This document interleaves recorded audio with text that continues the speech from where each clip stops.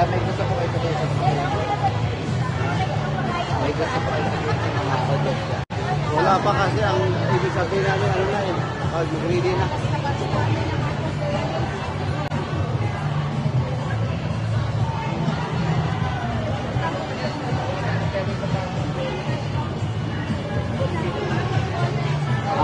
Pwede ka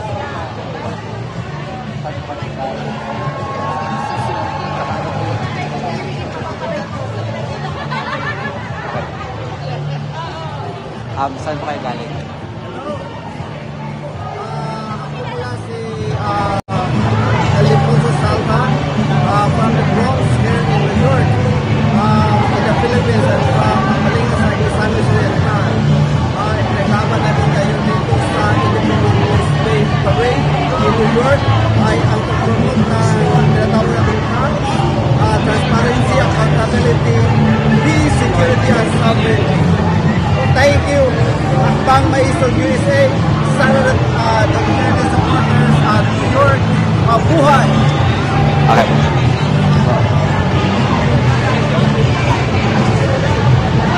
Hoy! Dito na ka! Hindi na lang, makabawi lang. Nahirapan sila.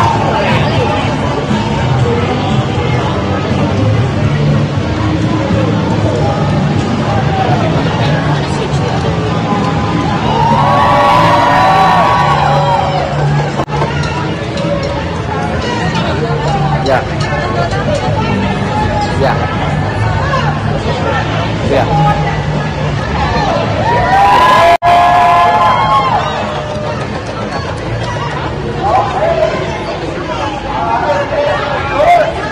Akma ng maibog.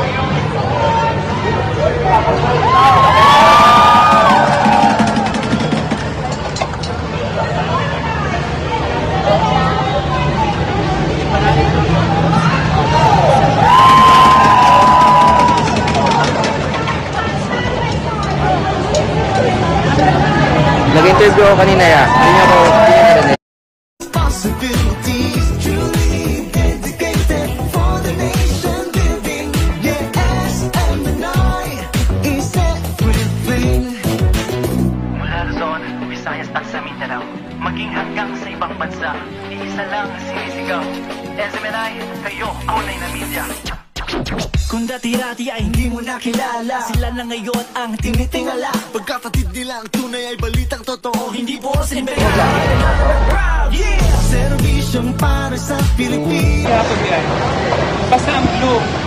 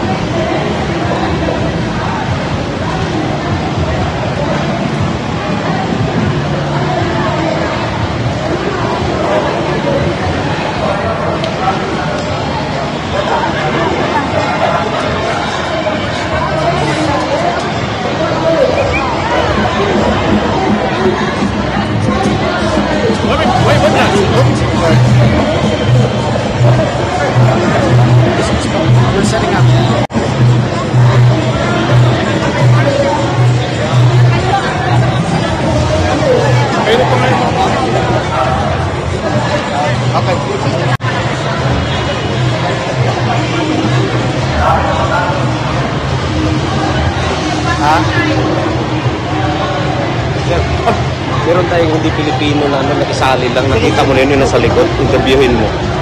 Hindi siya Pilipino, parang sa nasa likod. Doon sa pinakalikod. Naka-t-shirt.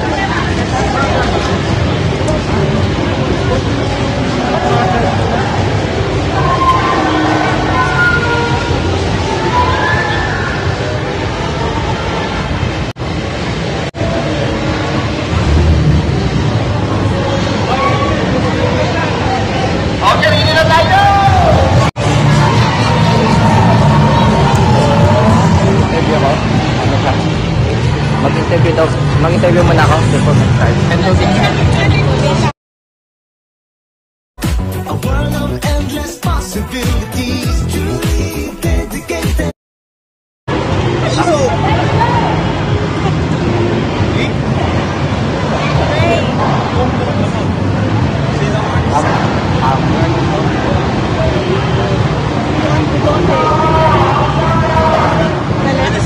Venezuelan.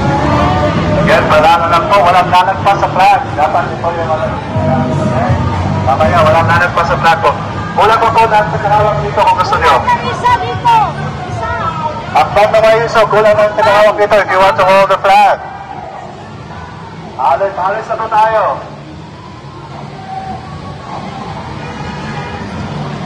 Ready na po kasi nag-move na yung count natin. Ready?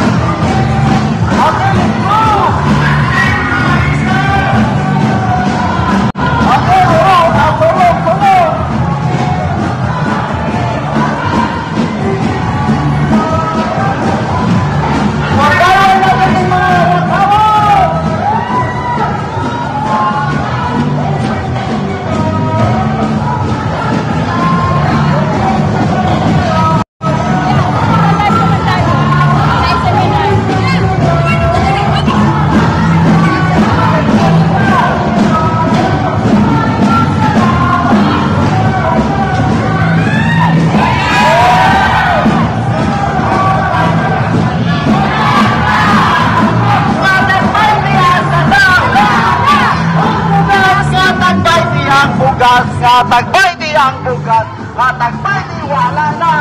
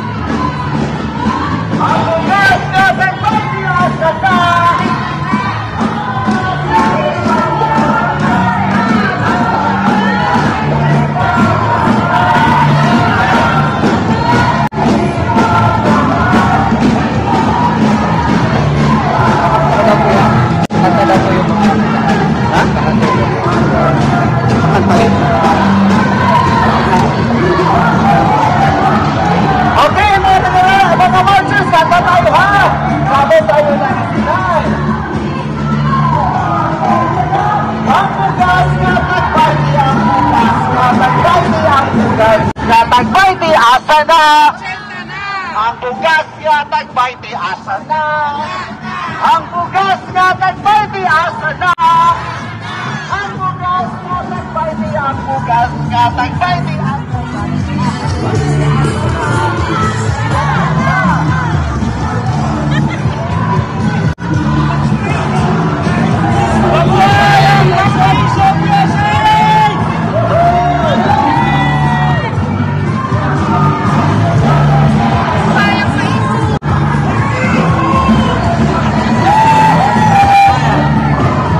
Ako ng Pangulo ng Pinas Oranda.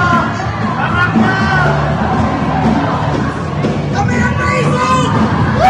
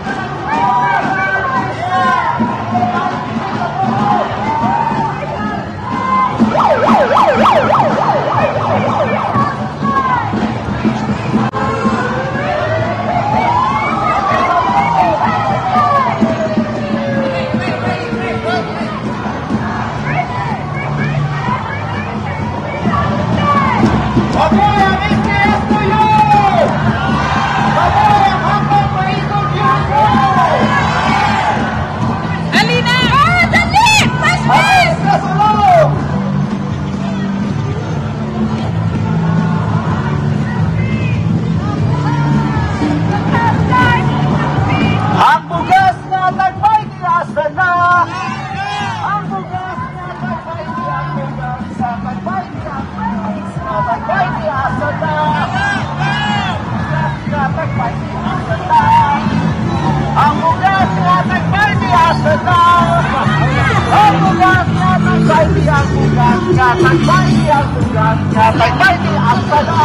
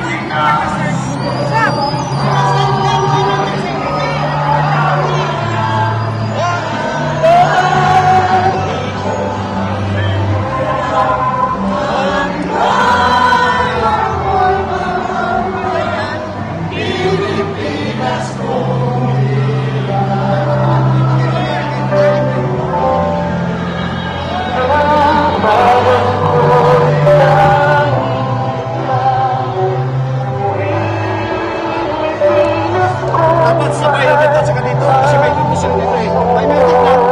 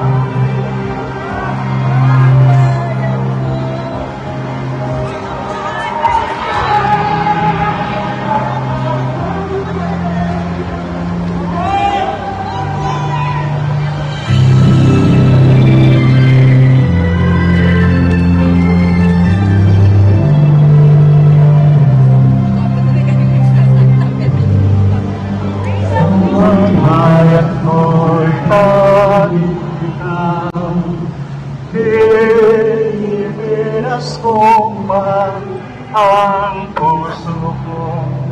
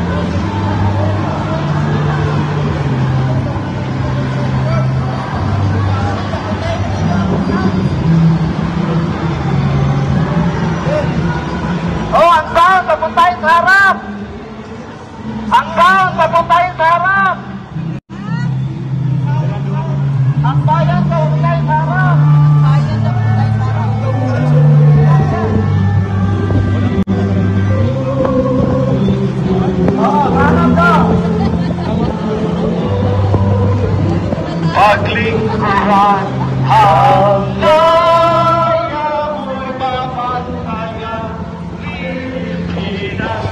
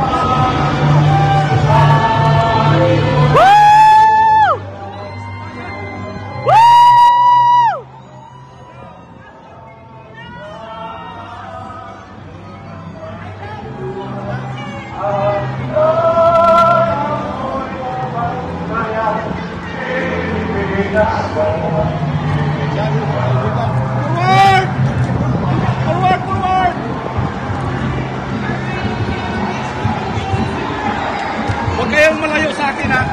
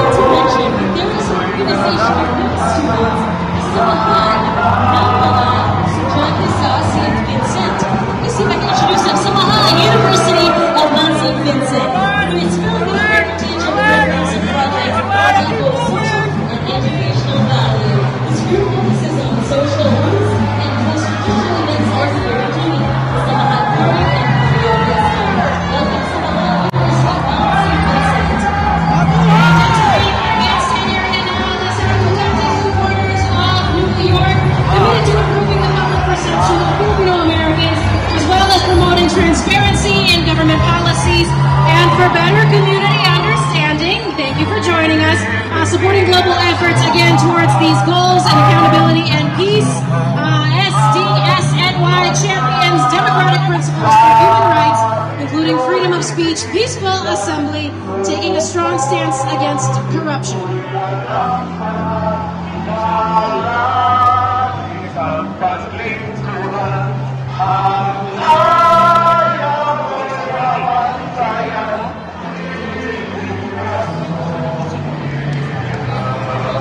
Nandyan!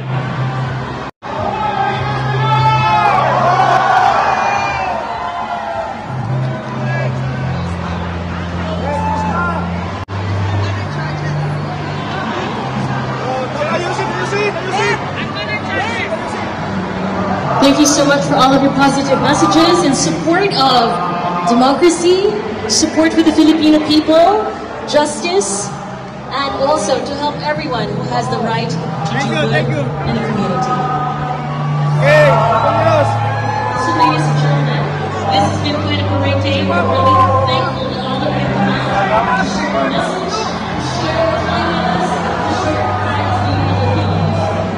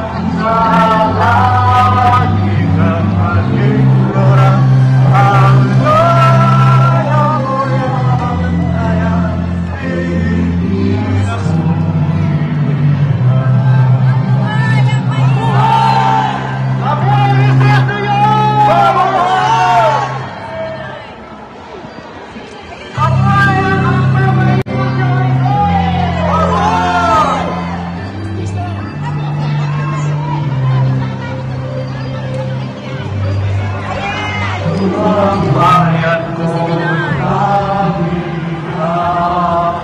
Pilipinas kong mahal, ang puso kong at buhay man sa iyo'y ibigay doon ko. Mabuhay ang paisa! Mabuhay ang Pilipino! Mabuhay si San Vic Rodriguez! Mabuhay tayong lahat!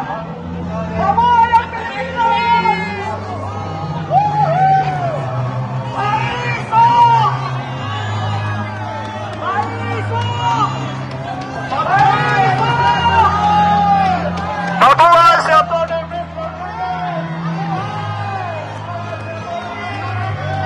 Mabuhay si San Vic Rodriguez! Mabuhay! Mabuhay ang paisa!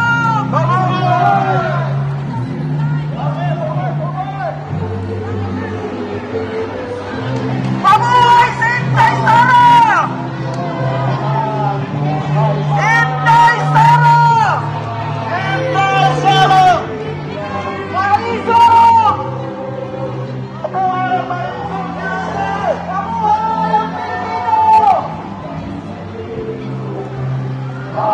Laya mo'y kapantayan, Pilipinas ko.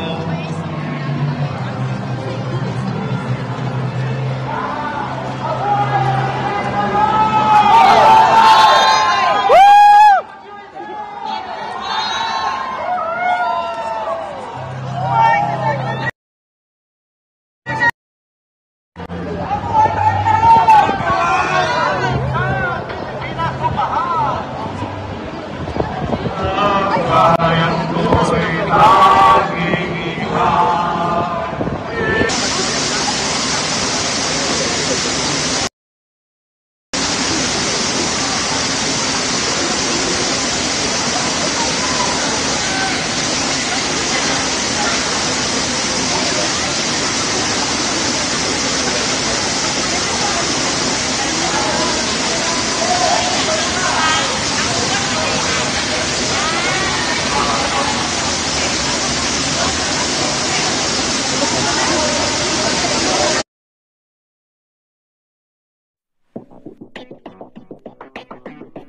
The tension in the South China Sea.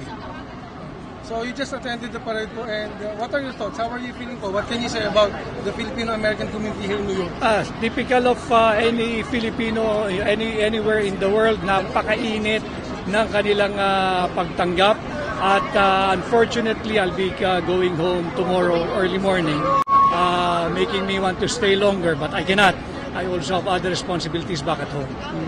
So, any po short, brief update that you can give us here na nandito po sa community sa New York about what's going on in the Philippines po? What is your thoughts on that? Well, ongoing yung attempts of several unscrupulous people in government and outside of government pushing for a charter change using a fake people's initiative. And that is why we are calling for all the Filipino people to protect and defend the Constitution and for the government to uphold the Constitution. And if people want to learn more about Maisog po, how are you part of Maisog? You're just invited po, but you are not part of Maisog. No, I'm part of Maisog Philippines, and we have responded to the request of Hakbang na Maisog USA for a representative to join them in this year's Philippine Independence Day celebration. And finally, Attorney, your message po sa ating pong mga kababayan. Patuloy nating mahalin ang ating bansa, patuloy nating mahalin at pagmalasakitan ang ating mga kapwa Pilipino at tutulan natin ang paglalapastangan sa ating saligang batas.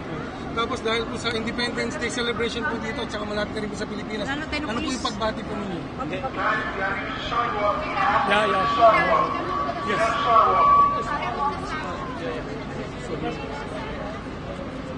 Okay na rito. Okay. Yun na lang po, Attorney, yung pong Independence message. Independence Day, message po. kami nagpapasalamat sa Hakbang na Maisog USA for inviting me here at naiparinig yung tinig ng mga Pilipino sapagkat sa Pilipinas ay nakasikil ang aming kalayaang malaya at payapang magtipon-tipon. Hindi namin kayang gawin yung ginawa natin ngayon ditong pagparada at na may mga placard na naglalabas ng hinaing laban sa mga maling pulisiya ng pamahalaan. And dito sa Amerika, nagagawa natin yan, subalit sa Pilipinas, nakasikil po ang ating mga karapatan at tila wala ng kalayaan. Thank you very much. Thank you. Thank you. How did you feel about this year's parade? This is my first time to join the parade here in America, in New York, in celebration of our Independence Day. Unfortunately, we do not feel the same back home because yun nga, nakasikil yung ating karapatan na malayang makapagpahayag at hindi kami pinahihintulutan magkaroon ng mga payapang pagtitipon at kung ano-anong dahilan, hinaharangan ng mga heavy equipment, hinaharangan ng mga dump trucks, talagang pinipigilan na mailahad yung totoong sentimiento ng Pilipino doon sa mga maling patakaran at pagmamalabis ng pamahalaan. And Attorney, sa tingin niyo po ang ginawa po natin ngayon na rally, kasama po sa Independence Day, nakikita po ang purpose, ang goal po ng hakbang na maisog ng SDS and YPO? Oh yes, dahil yung the fact na nabuo na dito sa Amerika ang hakbang ng maisog USA and we will soon be launching hakbang ng maisog Japan. Talagang yung objective na maparinig sa higit na maraming Pilipino, yung tunay na nangyayari sa ating bansa ay ating natatamo. And fortunately, the Filipinos who are residing outside of the Philippines and other OFWs have responded and continuously responding, and they're organizing to become part of Hakbang ng Maisog International. And sa tingin niyo po, Attorney, what's the impact of today's successful event po sa mga OFW sa other places that's besides the Philippines? I think lalo silang makukumbinsi at lalo silang kumbinsido na kinakailangan na rin silang mag-organisa sa kung saang panig man sila naroroon at ipunin yung mga Pilipino at sabayan tayong kumilos at magpahayag ng ating mga sentimiento at saloobin sa gobyerno. And kasi po sa mga comment section po kanina, sir, nagsasabi po na gusto din po nila ng maisog kung asa lang po sila sa ibang states din po, sa ibang country. Ano po ang sasabi niyo po sa kanila? Maraming salamat at kaisa ninyo kami. We stand in solidarity with you in your direction to move with Hakbang ng Maisog Philippines and form your own Hakbang ng Maisog in kung saan man kayong bansa naroroon. At ito nga ay pinananawagan natin sa lahat ng Pilipinong may pagmamalasakit at pagmamahal sa Pilipinas. At nagmamalasakit at nagmamahal sa mga Pilipino. At yung kagaya rin natin sa Hakbang ng Maisog Philippines, yung mga ayaw sa gera. Dahil nga hindi kailangan ng Pilipino ng bala, ng missiles. Ang kailangan ng Pilipino ay bigas. Ang kailangan ng Pilipino ay kapayapaan. Ang kailangan ng Pilipino ay trabaho at oportunidad. Sir, thank you so much. Thank you. Attorney, kayo po naman. Sige, okay. So, ano po, sir? Okay. As the president of SDSNY and Hakbang ng Maisog USA, ano po masasabi niyo sa nangyari po today? Alam mo, sa araw na ito, nakakataba ng puso at masaya lahat ang nag-participate dito sa ating paghahanda at celebration ng Philippine Independence Day, no? Kasi ito yung pinakamalaking contingent of this day, no? Mahalaga ito dahil ang mga lahat ng dumalo rito ay pinakita nila at binigyan ng mas malalim na kahulugan ang selebrasyon ng Philippine Independence Day dahil nakikita naman natin yung national situation sa ating bansa, no? Na kung saan ay alam natin na ang kultura ng Pilipino, ang relihiyon ng Pilipino ay nakaugat sa kapayapaan at hindi sa digmaan. At dito sa ating participation sa Independence Day celebration, pinakita natin na kailangan patuloy tayong mamulat, patuloy tayong ma-educate, mag-organize at magmobilisa. Dahil bahagi po tayo ng pambansang kilusan ng Hakbang ng Maisog Philippines na kung saan ay itinutulak po natin ang kalinawan, or transparency, ang kapayapaan or peace, ang pananagutan or accountability, ang seguridad at sovereignty. So napakahalaga sa akin ito dahil yung pagdalo ni Atty. Vic Rodriguez, yung pagsuporta ng lahat ng mga iba't ibang maisog sa iba't ibang bansa, nagbigay po yan at nagdulot sa amin ng inspirasyon na kami ay lalong kikilos at meron naman kami mga planado na ito po ay mga kilos protesta na kung saan ay ito ay mapayapa at sang-ayon sa saligang batas ng Pilipinas at saligang batas ng Amerika. So ito po ay pag-uusapan natin at hinihikayat natin, no, ang mga Filipino-Americans na mag-involve po tayo dahil hindi nyo na po isipin lang yung ating hinaharap, yung ating future, yung mga anak natin, yung next generation, pag-usapan po natin at bigyan natin ng tunay na kapayapaan at tunay na kalayaan ng ating bansa. Dahil tayo po ngayon ay humaharap sa bingit ng digmaan na hindi naman dapat nating pasukin dahil ang dapat nating pagtuunan ng pansin po ay mga batayang prinsipyo at batayang pangangailangan ng sambayan ng Pilipino, usapin ng pagkain, usapin ng ilaw, usapin ng kuryente, usapin ng trabaho, usapin ng economic securities. Ayan po ang ating dapat ilaban. Tayo po ay kaibigan ng lahat at wala tayong kaaway. Yan po ang promesa ni Pangulong BBM. Kaya nananawagan tayo kay Pangulong BBM. Nasaan po itong promesang to? Nasaan po itong pangakong ito? Bakit niyo po kami dinadala sa bingit ng digmaan? Hindi po natin kailangan yan.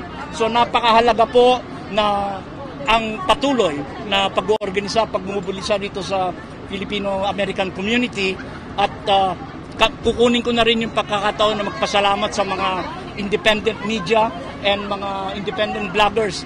Kayo po ang hinaharap ng media sa sambayanan ngayon dahil alam natin na mainstream ay kontrolado at nakikita naman natin yung mga indikasyon ng authoritarian rule sa ating bansa. Yung pagkitil at pagpapakitid ng espasyong demokratiko sa ating bansa. Katulad ng mga pagpigil ng mga ganitong rally na kung saan ay intentional na tinututulan nila itong pagtitipon at pagpapahayag ng malaya, no? Kaya iyong pinapanukalan ng hakbang ng Maisog USA ay magtatayo po tayo ng mga Maisog peace zones sa lahat ng barangay, no, sa lahat ng municipality na kung saan ang mga mamayang Pilipino ay magtitipon doon. Pribadong residensya na walang takot at walang intimidasyon. At dito ay nananawagan din tayo sa mga artist natin, sa mga katutubo natin at ipapayagpag natin ang sinasabi nating mga hibla ng kapayapaan. Ito pong suot ko ay pagpupugay po ito sa mga Tiboli at Manibo. Yung mga tribo sa Mindanao, sila po ang gumawa nito dahil yung kada hibla na ginawa nila rito, yan po ay hibla ng kapayapaan, hibla po yan ng katarungan, at hibla po yan ng lakas ng ating mga ninuno. Kaya sa inyo pong lahat, maraming salamat. Attorney, sa tanong lang po, para po sa mga kababayan natin na hindi po pa-familiar sa Maisog, ano po ba yung Maisog at anong hakbang ng Maisog? Party po ba siya? Para lang po sa mga hindi pa nakakadal. Bago po ito, hindi po ba? Bago yan. Brief lang po. Ang hakbang na Maisog, kung ating itra-translate yan, Steps of the Brave. Ito ay isang national movement. It's a loose movement. It's some kind of a people power movement na yumayakap sa paggamit ng kapayapaan at peaceful means to effect meaningful change. So ito ay nagsimula sa Pilipinas na makikita natin yung batayang sektor ang nagtatag nito at of course inspired by our former President Duterte. Pero it goes beyond the leaders. Hindi liderato ang tinutukoy natin dito. Ang tinutukoy po natin dito ay yung future at hinaharap ng ating bansa na dapat ay eto na yung panahon na 21st century, wag na po natin pag-usapan kung sino nga abutan ng malinis na tubig, ng kuryente at ano yung ilalapag mo sa hapag kainan ng iyong pamilya. ang isipin po natin ay kinakailangan umalis na po tayo sa state of economic infancy. Kasi papasok tayo sa 21st century, nahuhuli tayo. So ano ang mahalaga? Ang mahalaga po ay kinakailangan patibayin natin ang mga relasyon natin sa ating bansa at mag-focus sa economic ties, hindi sa military ties. Hindi po natin kailangan yan.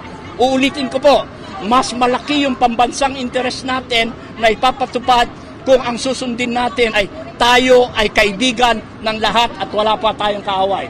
Kasi ang pambansang interest ng Pilipinas ay kakaiba yan sa pambansang interest ng mga superpowers. Kung ang mga superpowers, China, US, Russia, ay merong mga economic and trade relations at nag-uusap tayo, nag-uusap sila, bakit hindi pwede ang Pilipinas? Bakit natin kailangan isuong ang sarili natin sa isang gera na wala namang kahihinatnan? Kinakailangan bigyan natin ng dangal at respeto ang dignidad ng kada buhay sa Pilipinas. Kasi the moment na pumasok tayo sa ganitong gera, hindi na po tayo makakaalis dyan. And last question po, yung pong t-shirt niyo habang maisog, tapos meron pong Sara Duterte Supporters New York, ano po yung relationship po niyan? Ang relasyon niyan, ang SDS ay naitatag na noon pa, ang naghulma at nagbigay ng anyo sa hakbang maisog ng USA ay SDS New York. Yun ang pagpapaliwanag. Kung ikakawin mo, niyayakap ng SDS New York ang lahat ng mga magandang layunin at objective ng maisog USA. Kaya nga ito, it goes beyond leadership.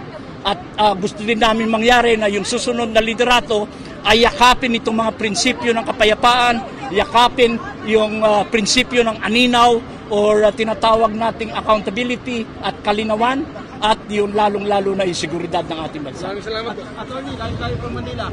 What's the next move for Maisog?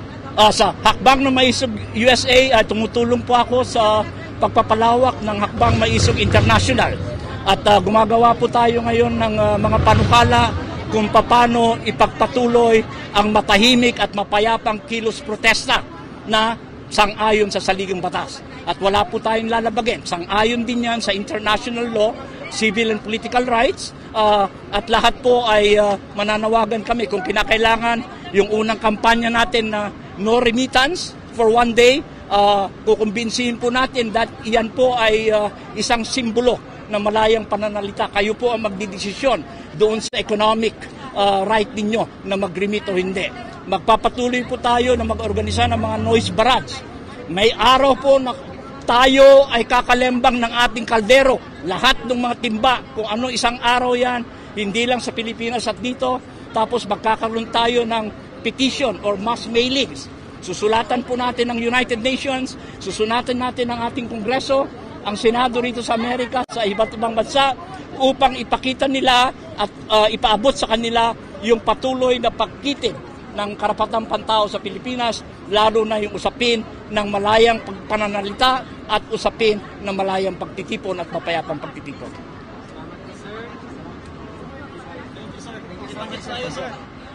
Thank you so much, sir. Bless you po, sir. Maisog USA.